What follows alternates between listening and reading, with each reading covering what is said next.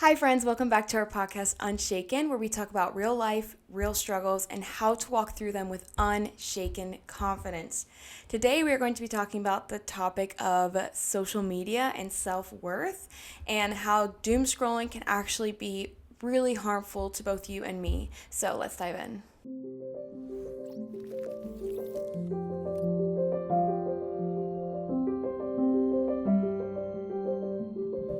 Whether you've ever compared yourself to a model on TikTok or you've ever seen a really aesthetic Instagram reel and thought, man, my life looks nothing like that, or my body looks nothing like that, then this is the episode for you.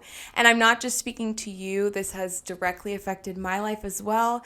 I'm 22, I scroll on TikTok every day, and I'm constantly comparing myself to other people's bodies, other people's lives. So today we're going to dive into that together, and hopefully you and I can learn something from this. Part one of this episode is going to be scrolling and the silent voices. Let's be honest with ourselves. Have we ever scrolled past a video or seen a couple of different videos and felt less than someone else, less than maybe our standard for ourselves? This is a pretty common feeling that we can have.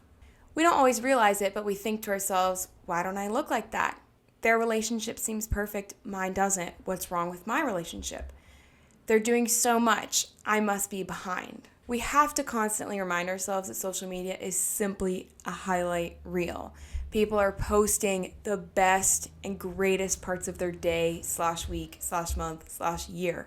It shows those filtered, curated, and sometimes planned moments. But we compare it to our raw, messy, behind-the-scenes parts of our own lives. Theodore Roosevelt said it best: comparison is the thief of joy. When we continue to compare ourselves, there's no joy in that whatsoever, and I'm sure that you can agree with this. What is the real cost of comparing yourself on social media? Studies show that constant exposure to quote-unquote perfect images can increase anxiety, depression, and body dissatisfaction, especially in girls. And it's not just the posts themselves that we see. It's the likes or lack of them, the pressure to be funny, hot, creative, aesthetic, or on brand, the fear of missing out, FOMO. Let me tell you right now, your worth, my worth, is not based on followers, your likes, your story views, or your content. You are not a product, you are a person, and you are already enough.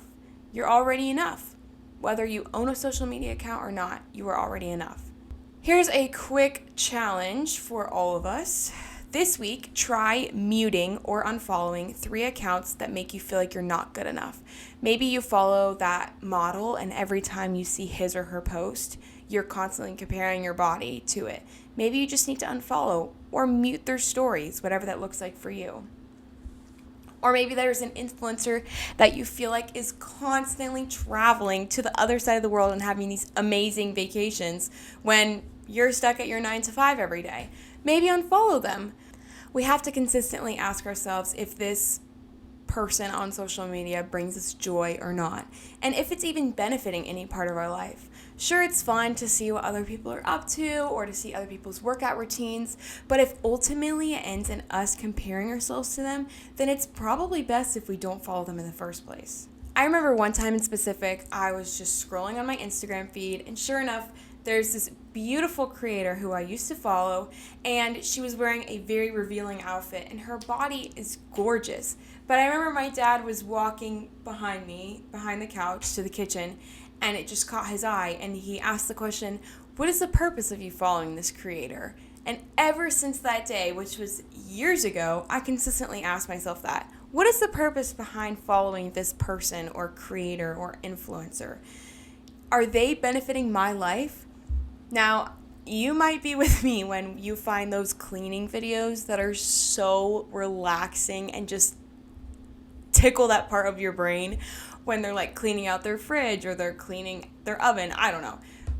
Those videos are not necessarily harmful in the sense that I'm not comparing my fridge to theirs or my oven to theirs or my cleaning skills to theirs. Now, should I spend hours and hours and hours watching cleaning videos? No. But those videos, at least in my mind, are different from the videos of here's what I eat in a day, or here's my workout routine, and I'm watching and I'm like, gosh, I ate 4 cookies after lunch today. Like, I'm so behind. Or my body never looks like hers no matter what workout routine I do. Those two different types of content are different, but ask yourself, what is the purpose of me following this creator, this influencer, etc.? The real question is, who or what gets to define your worth? Social media says you are what people think of you. You are what you post. You are your aesthetic. But instead, you are fearfully and wonderfully made. You are known and loved even in your messiest, no filter days. And you were created on purpose and for a purpose. And you are way more than your likes or followers or aesthetic. The next part is on building healthy habits. Let's get very practical. Here are a few things that help me and might help you as well. Limit your screen time. Ooh, I know you want to click off the video or whatever, because this is not a fun topic at all, and this is not something easy to do. However, in the long run, it will be so much more healthier for you. Even 30 minutes less than what you're doing right now can make a huge difference. This is not sponsored whatsoever, but I discovered this app that has literally changed the game for me. And I want to say that it's called Screen Time Zen. But as of right now, the app is totally free and it is amazing. Here's what it does. First of all, you can change how long you want to wait until the app opens. So right now, mine's on 10 seconds. So if I click Instagram, no matter what time of day, it asks a question and you can change the question. Mine says, is it important? And then I have to wait 10 seconds for the app to actually open. So for 10 seconds, I'm sitting there staring at this question, is it important? And if I'm simply maybe at work and I just want a quick dopamine fix, no, it's not important. So then I exit out of the app. If I'm at home or if I'm trying to show somebody something on Instagram, yes, sure, it's important. So I'll wait the 10 seconds. But it's so good. And then you can select how long you want to let it open the app for you at a time. So mine's 10 minutes. So after 10 minutes, I get kicked out of the app. I love it because I don't need to be spending more than 10 minutes at a time on the app. And then you can select how many times you want it to let you open the app a day. So mine allows me to open my social media apps 3 times, 10 minutes each. Now, you might be thinking, whoa, that's insane. That's too much. That's crazy. You can set it to your own liking. But limiting your screen time is a game changer. Even the 10-second thing where I can't open my app for 10 seconds, game changer. Because I don't know about you, but I hate ads. And I feel like it's like an ad. So sometimes I don't even click on the app because I don't even have to wait. My sister has her set to 30 seconds, which that's crazy. But she's so much less likely to select the app because she doesn't want to wait the 30 seconds. Number 2, and I'm speaking to myself here, is don't check on your phone first thing in the morning. Start your day with prayer, journaling, maybe a walk. I am speaking to myself fully here because this morning, what was the first thing I did when I turned off my alarm? I went on Instagram. So speaking to myself too here. Number 3 is follow accounts that quote unquote feed your soul. People who post truth, encouragement, real life stuff, not just polished perfection. Also, follow people that you know. Follow your friends, follow your family, follow people who you used to know but now live across the world and you want to keep up with them. Those are amazing people to follow. Number 4 is talk about it. If you're struggling, tell a friend. You don't have to fight this silently. You can also seek counseling. Maybe comparison has taken over your life. We want you to seek help for that. If no one has told you today, let me be the first person to say it, or let me be the only person to say it. You are not too much, and you are not behind. You are not defined by pixels or posts. You are deeply loved, whether you feel it or not. For me, I find my hope in following the Lord because there are verses. Let me find them. There are verses. 1 Peter 2:9, you are chosen. Romans 5:8, you are known and loved. And Psalms 139, fearfully and wonderfully made. I choose to find my worth in the Lord. Maybe you choose to find your worth in your parents love. Maybe you choose to find your worth in your amazing friendships or the people around you who encourage you and support you and uplift you. Don't find your worth in social media, because at the end of the day, it will fail. It will always fail, finding your worth in social media.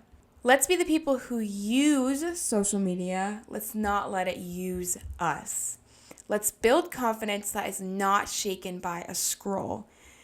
And let's limit our screen time, everyone. And let's not try to be on our phones first thing in the morning, even though I know it's really hard and difficult. Those voices that sneak in, why don't I look like that? Their relationship seems perfect. What's wrong with mine? They're doing so much. I'm behind. Let's silence those today with unshaken confidence that you are loved, that you are valued, that you are cared for. If you don't have a community of people that support you and uplift you, I would encourage you to find one. Maybe that's simply a Pilates class where you get to make friends and find people who are encouraging and uplifting. Maybe it's a small group or a life group, maybe at a church or wherever, of people who simply come around you and want to talk with you and support you and uplift you.